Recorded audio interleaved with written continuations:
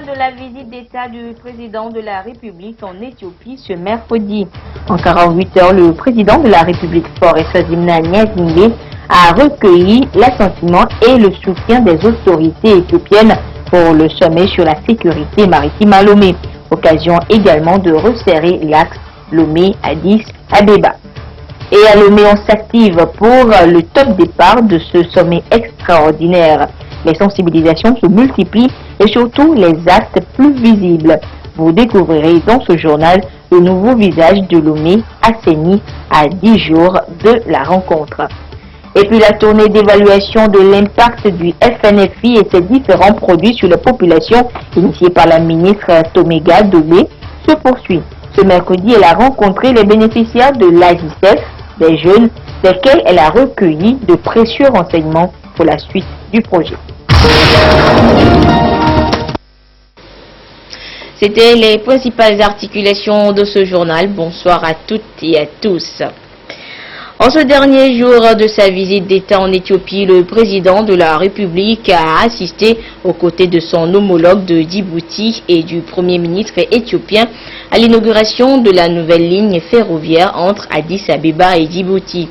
Le gouvernement éthiopien a fait de cette ligne l'un des symboles de sa croissance économique, l'une des plus fortes du continent d'ailleurs, et c'est également la promesse d'un désenclavement du pays privé de la mer depuis l'indépendance de l'Érythrée en 1993.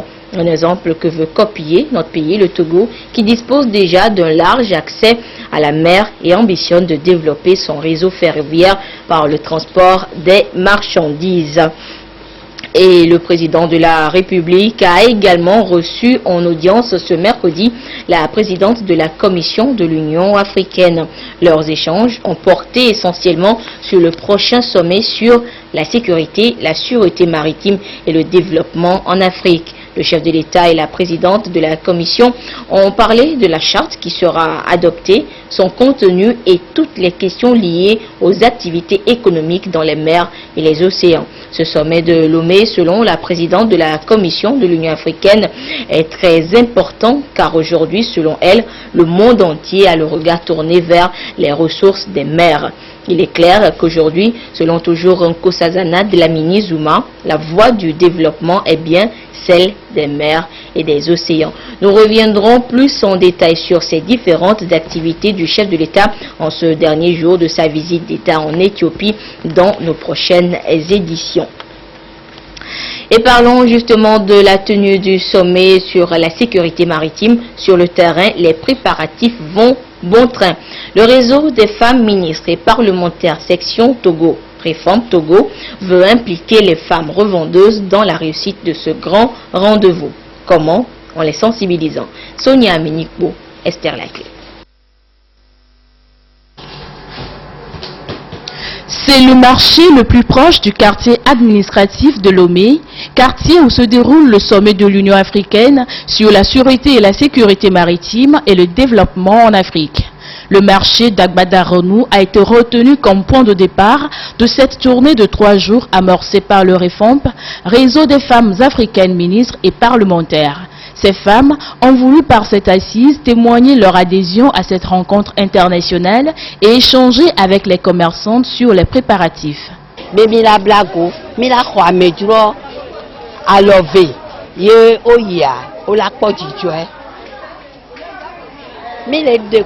Nous, les femmes, allons nous organiser pour accueillir les participants, pour démontrer la qualité d'accueil traditionnelle de la femme togolaise.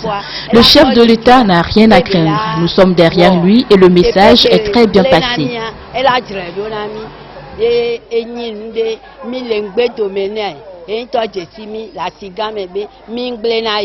Et ce que nous avons commencé déjà, c'est d'entretenir les marchés, parlant de la propreté. Aussi, comment est-ce qu'elles peuvent accueillir cette femme, les étrangères qui vont venir à notre niveau. Tous ceux qui voudront acheter quelque chose au marché dépendra aussi de nous. Nous prions pour que la paix règne, pour que tout se passe bien, pour que ce sommet soit une réussite totale. Une cinquantaine de pays prendront part à ce rendez-vous, sans compter les partenaires américains, européens et asiatiques. Ceci traduit, selon le REFOMP, la grande confiance de la communauté internationale à la politique de paix et de sécurité du gouvernement sous le leadership du président de la République.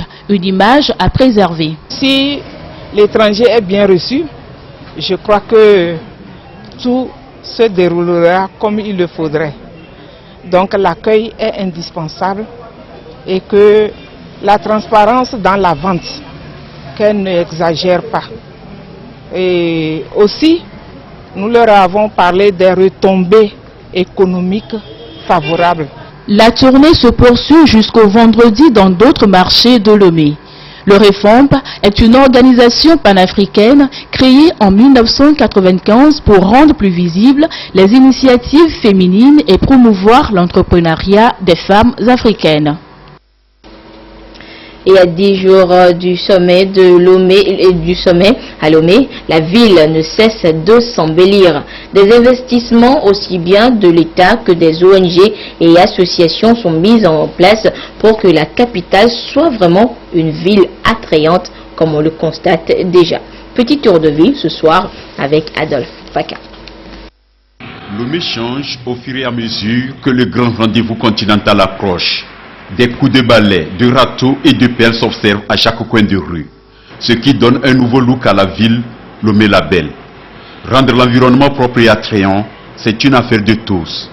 Les ONG et associations engagées aux côtés de l'État ont mis également la main à la pâte. Les actions terrain que nous menons, que ce soit au sein de Togo Environnement Propre ou la délégation spéciale, que ce soit ANASAP, dont nous saluons les actions, ne concernent pas que ces entités-là. Nous sommes tous engagés à la protection de l'environnement, politique, élèves, hommes d'affaires, artisans, qui que vous soyez, qui que nous soyons, nous devons prendre en compte la destinée de notre patrie, le Togo, et contribuer justement à sa propriété, c'est très important. Cependant, des comportements inciviques demeurent encore dans certains esprits qui ne trouvent aucun mal à libérer à tout bout de champ des sachets plastiques, des déchets d'emballage ou encore de pure water, ce qui sape les efforts d'assainissement de la ville. À chaque fois, les comportements reviennent, les comportements insalubres reviennent et ça n'encourage pas. Donc c'est pour ça, au sein de Togo Environnement Propre, nous mettons en place des programmes éducatifs de sensibilisation parce qu'il faut miser sur les pratiques éducatives, justement. Nous ne faisons pas pour le sommet uniquement, mais nous avons une vision. Donc nous avons une vision, c'est un Togo propre, donc ça va au-delà du sommet. Et une fois que les bonnes pratiques sont acquises, nous faisons confiance à la population pour justement que l'environnement demeure propre.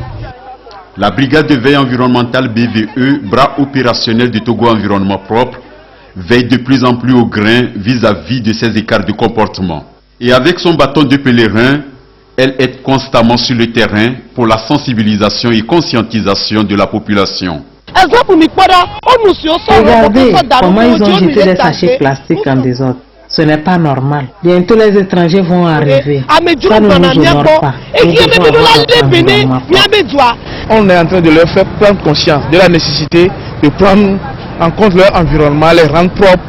Et c'est à cette occasion qu'on leur offre des poubelles pour que ça soit utilisé à bon escient. D'ores et déjà, les rues de la capitale sont auréolées des couleurs des pays de l'Union africaine, comme pour signifier que Lomé sera dans quelques jours la capitale de l'Afrique. Et on l'a vu, cette grande opération d'assainissement a permis quelque peu de débarrasser Lomé de ces innombrables sachets plastiques qui jonchaient les rues, même si du travail reste à faire.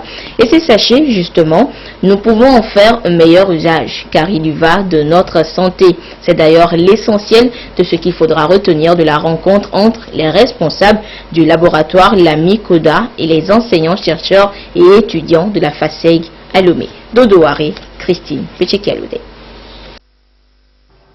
Les sachets non biodégradables sont source de nombreux problèmes environnementaux et de santé publique.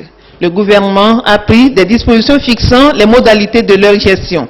Dans la mise en application de cette disposition, la MICODA, le laboratoire de microbiologie et de contrôle de qualité des denrées alimentaires, est désigné comme institution de référence pour la gestion de ces sachets. Après des recherches et analyses, les responsables de ce laboratoire estiment que les sachets produits au Togo sont biodégradables. Les journées scientifiques de l'Université de Lomé offrent donc l'occasion d'échanger sur le sujet. C'est un cadre qui nous permet de communiquer nos résultats scientifiques entre les chercheurs et de se faire évaluer à travers les questions que scientifiquement les gens posent.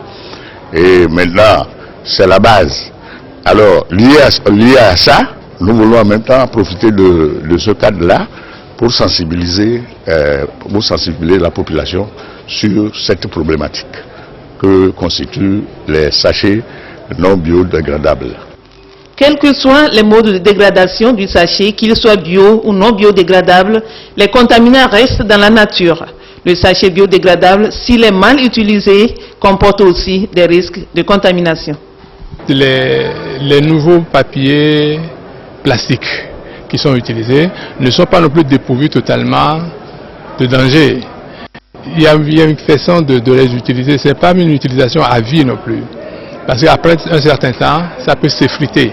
C'est dans ce qu'on recherche. Les papiers ne restent pas longtemps unis, mais ça s'effrite pour que ça retourne à la poussière.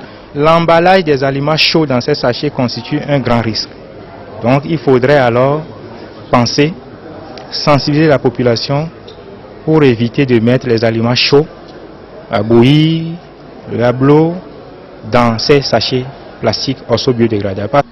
Une grande partie des emballages plastiques qui se retrouvent sur la place du marché sont importés. La MICODA recommande l'importation des sachets biodégradables. Je vous le disais également en titre, la ministre Victoire Tomega-Adobé du développement à la base poursuit cette tournée d'évaluation de l'impact du FNFI, Fonds national de la finance inclusive, et de ses produits sur les populations.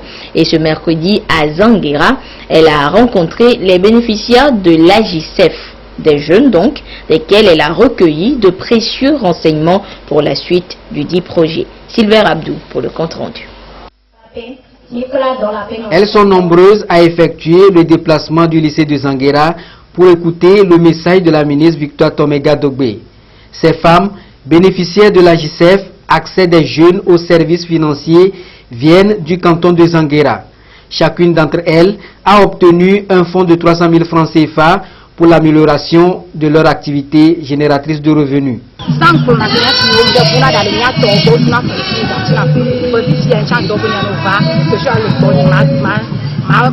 Avant, j'amenais mes clientes chez d'autres coiffeuses pour faire le travail là-bas. Maintenant, à cause de la JCEF, mon atelier a changé. J'ai maintenant le séchoir et je fais tout. Mes clients aussi viennent dans mon atelier, tout est en rose. Vraiment, le fonds m'a permis à ce que j'ai de plus en plus de clients de jour en jour. Pour faciliter le paiement, elles ont choisi de se constituer en une entité, Fougement, Foyer des jeunes pour un meilleur avenir. Une association qui leur donne des orientations dans la gestion des fonds. L'association est à l'intermédiaire des bénéficiaires et aux financiers. Et d'abord, qu'est-ce que nous faisons? Parce que les gens n'ont pas bien compris le bien fondé de l'État. D'autres croient que c'est une somme, il faut prendre et manger et ne pas rembourser. Là, avant qu'un membre puisse avoir ce crédit, nous les sensibilisons sur le bien fondé de ce crédit. On les forme sur FNFI, AJCEF, comment prendre, comment faire. Pour les faire comprendre, c'est un montant, il faut prendre et résoudre. Donc, nous jouons le rôle d'intermédiaire. Cette association, qui sert donc de pont entre les bénéficiaires et l'institution de microfinance CK, a actuellement à son actif 58 groupes solidaires, soit plus de 150 bénéficiaires. 48 500 000 francs CFA ont été octroyés avec un taux de remboursement de 98%. Nous avons un partenariat avec Fougement. Fougement qui est une association de jeunes et qui sont tous tournés vers l'artisanat. Donc ce partenariat nous a permis de faire des formations en éducation financière à ces artisans de Fojuma. Et c'est grâce à cette éducation financière qui fait que ces artisans de Fojuma font un bon remboursement. Cette tournée de la ministre Victoire Tomega Dogbe est de faire un suivi des fonds octroyés et surtout échanger avec les bénéficiaires sur les éventuelles difficultés dans la mise en œuvre de leur micro-projet. Mon passage ici, c'est également pour encourager et demander que tu puisses continuer dans cette voie-là et donner l'exemple à d'autres jeunes. Vous savez, il y a eu beaucoup de témoignages, des jeunes qui ont reçu le crédit, qui ont ouvert leurs ateliers ou bien ils ont renforcé leur activité et qui ont remboursé, qui attendent le deuxième cycle. C'est très beau et nous pensons réellement qu'ils peuvent partager leur expérience avec d'autres jeunes et inviter d'autres jeunes qui hésitent encore à leur emboîter le pas. Donc pour nous, c'est une belle expérience qu'on vit ici à Zanguera. Cette politique du gouvernement est d'accompagner les jeunes dans leur parcours socio-professionnel pour la réalisation de leurs micro-projets en vue de la promotion de l'entrepreneuriat des jeunes artisans et la réduction du taux de précarité. À Tapamé, les producteurs et transformateurs de soja des plateaux vont à l'école de la performance et de la compétitivité. Ils sont formés sur les procédés et méthodes devant leur permettre d'améliorer leur production de soja pour plus de rentabilité sur le marché international. D'Atapamé, la correspondance de Yves Agbevivi.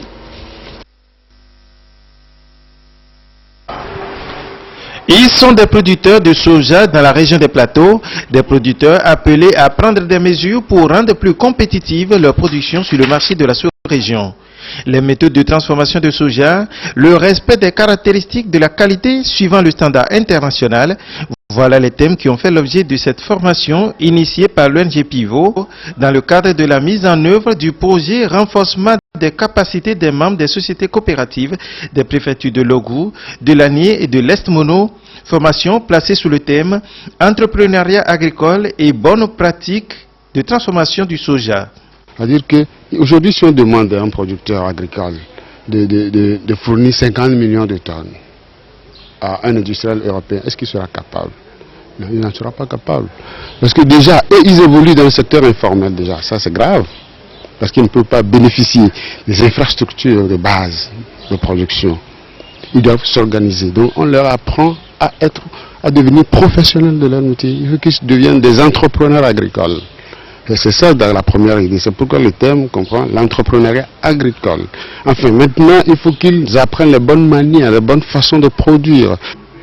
La formation a réuni 40 producteurs et transformateurs du soja au niveau régional des plateaux et a bénéficié du soutien financier du Fonds national d'apprentissage, de formation et de perfectionnement professionnel. Le ministère en charge de l'élevage implique la presse dans la lutte contre la grippe aviaire au Togo. Et depuis hier, les professionnels des médias des préfectures de Golfe et de Zio sont en formation. Il est question de leur fournir les informations nécessaires sur la pathologie afin qu'ils puissent jouer pleinement leur rôle de sensibilisation des populations. Le compte rendu avec Sonia Ameniko et Albertine Yaki.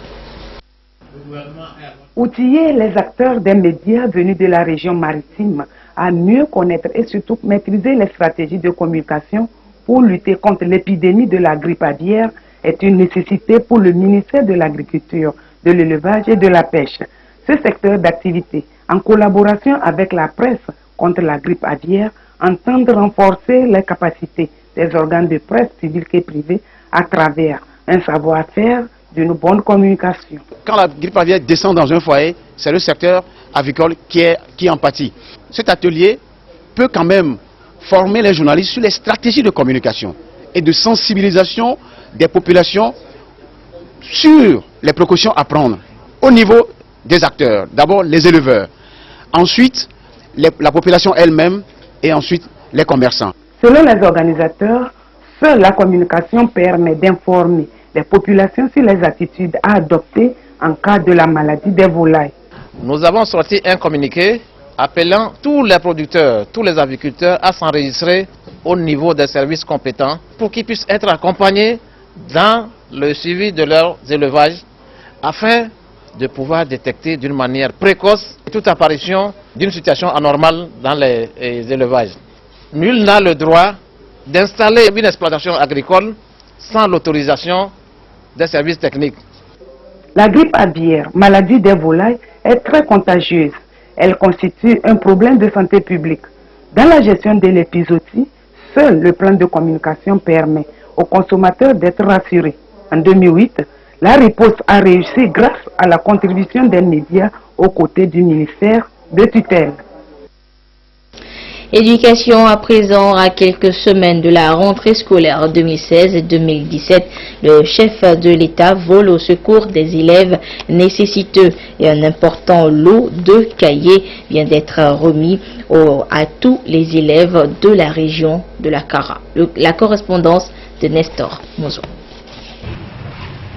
Des cahiers à l'effigie du parti Union pour la République et de son président. C'est justement le chef de l'État, Forressos Mnanyazingbe, qui a fait imprimer ces cahiers pour les offrir aux enfants dont les parents n'ont pas de moyens pour supporter toutes les charges liées à leur scolarité. Dans la région de la Kara, ce sont 26 400 cahiers qui sont octroyés aux nécessiteux. Ce don du président de la République a été remis par le préfet de la COSA aux représentants des communautés à la base et aux associations des parents d'élèves qui vont s'occuper de la répartition et de la distribution. C'est vraiment une surprise agréable pour nous, parents, vraiment les bénéficiaires quand même de ce cadeau. Le chef de l'État nous a aidés, nous aussi parents, nous avons aussi notre devoir, vraiment en ce qui concerne maintenant nos engagements auprès de nos enfants, de les mettre quand même dans une bonne condition d'apprentissage afin que nos enfants puissent quand même nous donner un résultat vraiment positif. Nous les parents, nous allons toujours quand même rester derrière, nous allons soutenir la politique du chef de l'État. Le préfet, le colonel Badibao Bakali, a insisté auprès des associations et des représentants des communautés qui ont réceptionné le don pour que ce soit réellement ceux qui sont dans le besoin en bénéficient. Éducation, toujours avec cette série de communiqués du ministre en charge de l'enseignement supérieur. Le ministre invite les responsables et chefs d'établissements d'enseignement supérieur privé à prendre les dispositions nécessaires afin de repousser la rentrée 2016-2017 à une date postérieure au 20 octobre 2016. Cette mesure est prise afin de faciliter la gestion des notifications des résultats des inspections des institutions privées d'enseignement supérieur. Le ministre remercie par avance tous les acteurs pour leur bonne compréhension et collaboration. Et dans un autre communiqué, le ministre de l'Enseignement supérieur a saisi des informations selon lesquelles la liste des établissements ayant passé avec succès les inspections, justement, aurait été publiée sur les réseaux sociaux. Face à cette situation qui est de nature à induire la confusion, le ministre informe les promoteurs des institutions privées d'enseignement supérieur, les parents d'élèves et les étudiants qu'après les inspections, aucune publication n'a encore été faite à ce jour. Le rapport général des dites inspections est en cours de rédaction. Le ministre porte à la connaissance donc que ces inspections ont permis de collecter des données qui ont été traitées et analysées. Il s'en suivra des notifications à chaque établissement. C'est après toute cette procédure que sera publiée une liste officielle des établissements inspectés. Par conséquent, la liste qui est actuellement diffusée sur les réseaux sociaux n'émane pas de ces services. Voilà donc la série de communiqués du ministère de l'Enseignement supérieur. Et nous poursuivons cette édition avec une célébration ce 5 octobre. La célébration de la déclaration du 5 octobre, ceci par la Convention démocratique des peuples africains CDPA. L'occasion était à la relecture de l'histoire du 5 octobre et ses effets sur la vie sociopolitique de notre pays. Une célébration couplée du lancement de la campagne Jeunesse Rose qui a pour objectif de montrer à travers la jeunesse l'engagement de la CEDPA pour sa lutte permanente pour l'enracinement de la démocratie au Togo. Le compte rendu avec Emmanuel Diaclo et Pierre Soussoupo.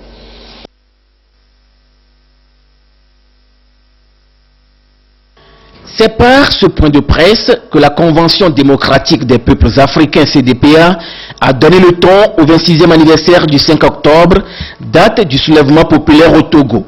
Occasion pour les dirigeants du parti de revisiter l'histoire pour mener à bien leur action conformément à la vision du parti avec détermination. La détermination de la CDPA en tant que parti portant un certain nombre de valeurs qui sont des valeurs de la social-démocratie dont notre pays a besoin, a puisé davantage dans ces valeurs les ressources dont le parti a besoin pour continuer à jouer le rôle de premier plan que nous avons commencé à jouer dans ce pays depuis 1987. Merci. La lutte pour l'enracinement de la démocratie et de l'état de droit est l'un des objectifs poursuivis par la CDPA. Pour la circonstance, elle a lancé officiellement la campagne Jeunesse Rose pour la reconquête de Lomé. Et c'est à travers une série d'activités au programme de l'événement. À travers des quartiers ciblés de la ville de Lomé, des stands mobiles comme ceux-ci seront dressés pour informer davantage la population, surtout la jeunesse, sur l'engagement politique de la Convention démocratique des peuples africains. Et on a également célébré le 5 octobre du côté du parti politique Les Démocrates. Les membres de ce parti ont partagé les acquis de 26 ans de chemin parcouru et partant de là jeter les bases d'une démocratie consolidée. Le compte rendu avec Gérard Lagoudou.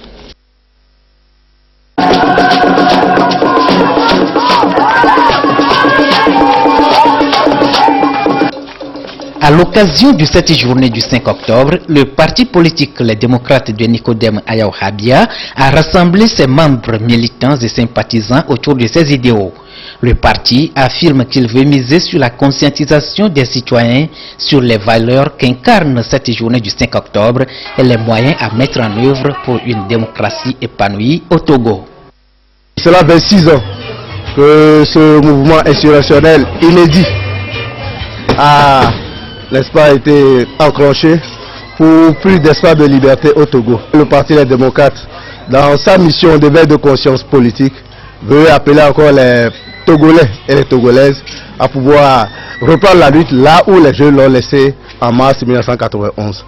Il y a beaucoup de travail qui reste encore à faire et nous y attelons. Nous faisons ce travail d'éveil de conscience, nous faisons des porte-à-porte. Je crois ça va que la base commence par prendre, par comprendre ce qu'il y a.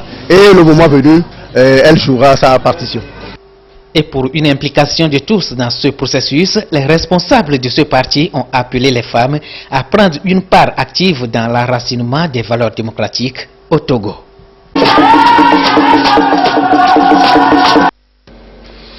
Et un peu de sport football pour terminer cette édition avec la petite victoire des éperviers. Hier, ils ont battu les crânes de l'Ouganda par 1-0. C'était sur le stade de Kégué, un premier match amical qui permet donc à la sélection nationale de se préparer pour la Coupe d'Afrique des Nations Gabon 2017. Le résumé avec Modeste Kouma.